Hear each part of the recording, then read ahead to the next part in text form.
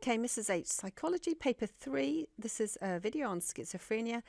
This specific one discusses psychological explanations of schizophrenia. So what do we need to cover for this? We need to cover family dysfunction, so in other words, your double bind and also expressed emotion, and also the cognitive explanations. So let's start with family dysfunction. Here we've got the double bind by Bateson. So what is it? Well, these are contradictory signals, usually by the mother, but certainly by family members, which lead to internal conflict. So the schizophrenic symptoms are a result of trying to escape from that double bind. And what do we mean by a double bind?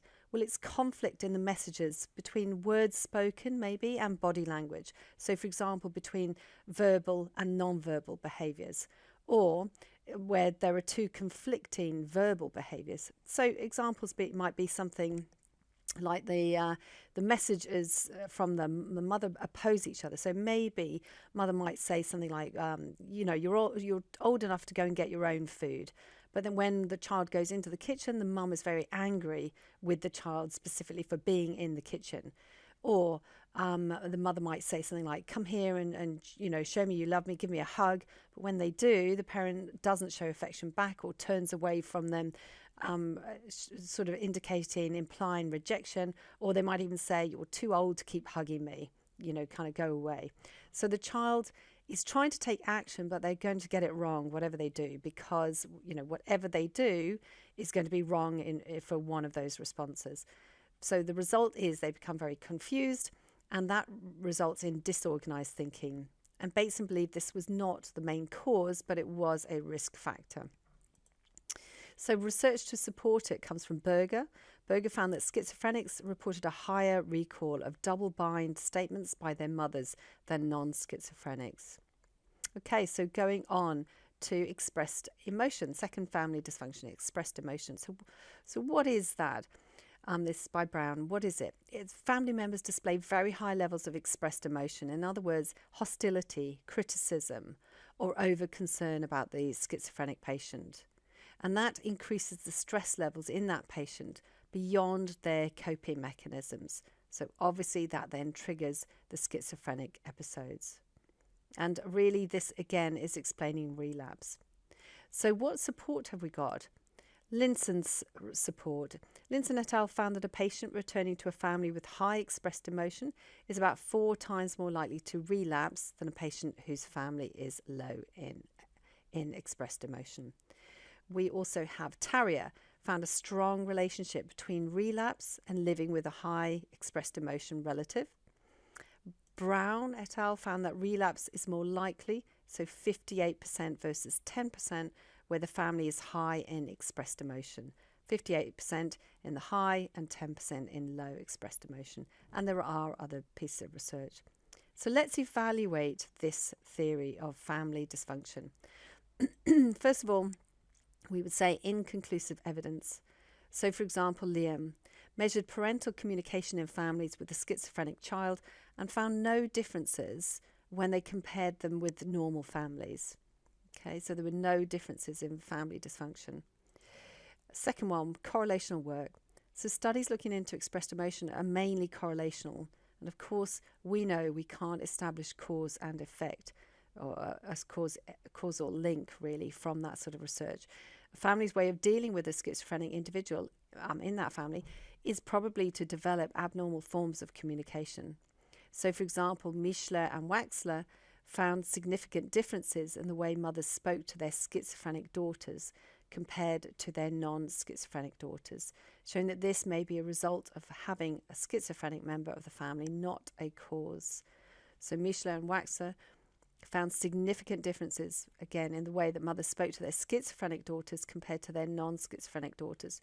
And obviously that is showing that maybe it's a result of having that member of the family, not a cause. Another one explains maintenance, not the cause. So research into expressed emotion shows that this does seem to play a major role in maintaining schizophrenia, as individuals are 4 times more likely to relapse if expressed emotion is high. And that's by Kavanagh. The economic implications. So if this perpetuates schizophrenia, this expressed emotion, We need to be able to get those patients away from the families if that is making them relapse. But obviously that has massive financial, social, emotional repercussions. They need that support from somewhere else, and obviously that has cost implications for society. Other methodological issues. Studies used to do the research on this rarely used control groups, and obviously that limits its reliability. It's going to limit its scientific methodology, really. We could also talk about ethical issues. Parents who already have a child with schizophrenia have already suffered watching their child descent into schizophrenia, and also, they're going to have lifelong responsibility for their care, and so blaming them for the condition is really kind of unethical, we would say. Descend, I should say, with that one. It's oversimplistic. The family dysfunction approach is too simplistic. It fails to take into account other explanations such as biological. However, the strengths. There is support for the double-bind theory, for example, Berger, and correlational research to support expressed emotion, as we've seen above. Okay, and the other one is therapeutic work. Therapies reducing expressed emotion in families actually result in low relapse rates compared with other therapies. So that suggests that the expressed emotion is really significant and important. So moving on to the cognitive explanation. Why is there a cognitive explanation?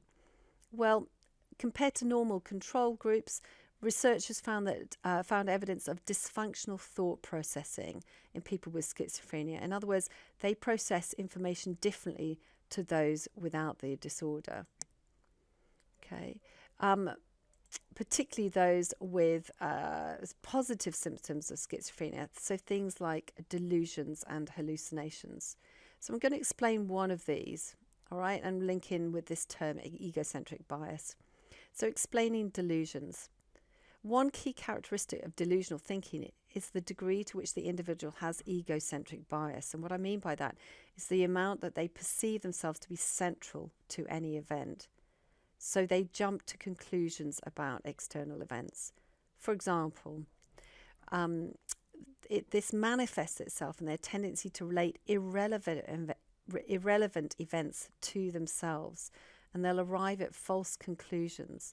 So examples of this would be, maybe if they hear muffled voices, they might interpret that as people criticizing them.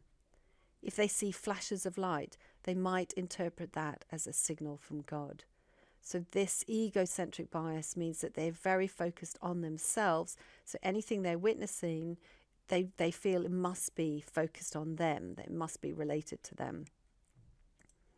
Another example would be faulty central control, leading to derailment of thoughts. So the ability to suppress automatic responses and perform deliberate actions is what people without schizophrenia can do. But disorganized speech and thought disorder can result from an inability to suppress these automatic thoughts and speech that's triggered by other thoughts. So, for example, a schizophrenic sufferers experience derailment of thoughts and spoken sentences. What we mean by that is each word triggers off other associations, and the patient then can't suppress those other associations. So it's like streams of consciousness, whereas we would be able to have some control about where we're going with our thoughts. They would just be having very little control over that, and that's what we call this derailment of thoughts. So what evidence have we got to support this cognitive? Let's use Sarin and Wallen. They reviewed research and found supporting evidence that positive symptoms stem from faulty cognitions. So, for example, delusional patients showed various biases in their information processing. For example, jumping to conclusions and a lack of reality testing. Likewise, schizophrenic patients with hallucinations were found to have impaired self-monitoring and also tended to experience their own thoughts as voices. Okay, so positive symptoms stem from faulty cognitions. Delusional patients showed various biases in their information testing, and schizophrenic patients with hallucinations were found to have impaired self-monitoring and also tended to experience their own thoughts as voices. So let's go on to evaluate. Support from the success of cognitive therapies. So if faulty cognitions can be used to explain schizophrenia, it follows that altering those could alter the schizophrenia. So in CBT for psychosis, for example, patients are encouraged to evaluate their delusional voices and find ways to test the validity of their faulty beliefs. Secondly, NICE, the National Institute for Health and Care Excellence. They reviewed different treatments for schizophrenia, 2014, and found consistent evidence that CBT was more effective in reducing symptom severity and improving levels of social functioning when compared with antipsychotic drugs. So that suggests that the thought processes obviously play a big role in schizophrenia. However, there are alternative explanations.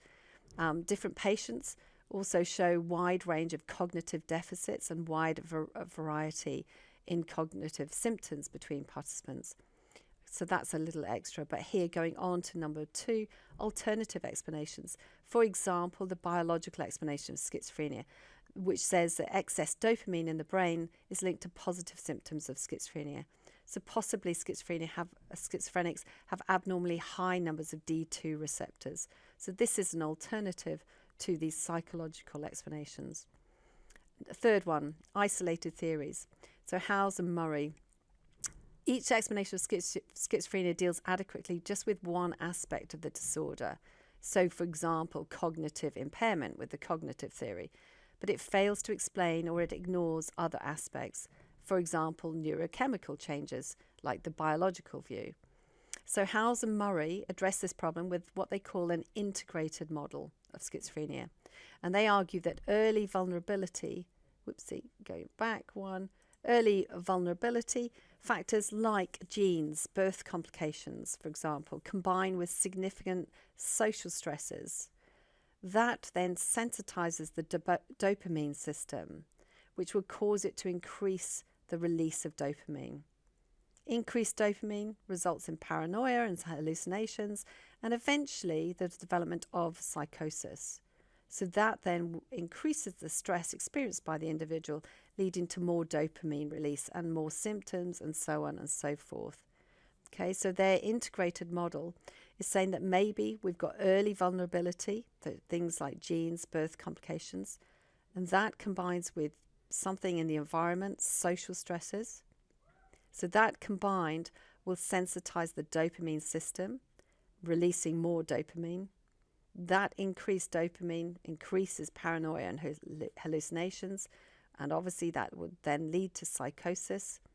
That then leads to more stress, and that will lead to more dopamine release and more symptoms and so on and so forth.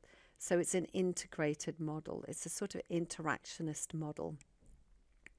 So leading on from there, if you found that useful, I hope that's really useful just as a summary. Please do a like so I get some feedback, but also subscribe so you see the next videos that I'm making. So hopefully this has been of use, and I will leave the opportunity for comments as well for any constructive comments. Thank you.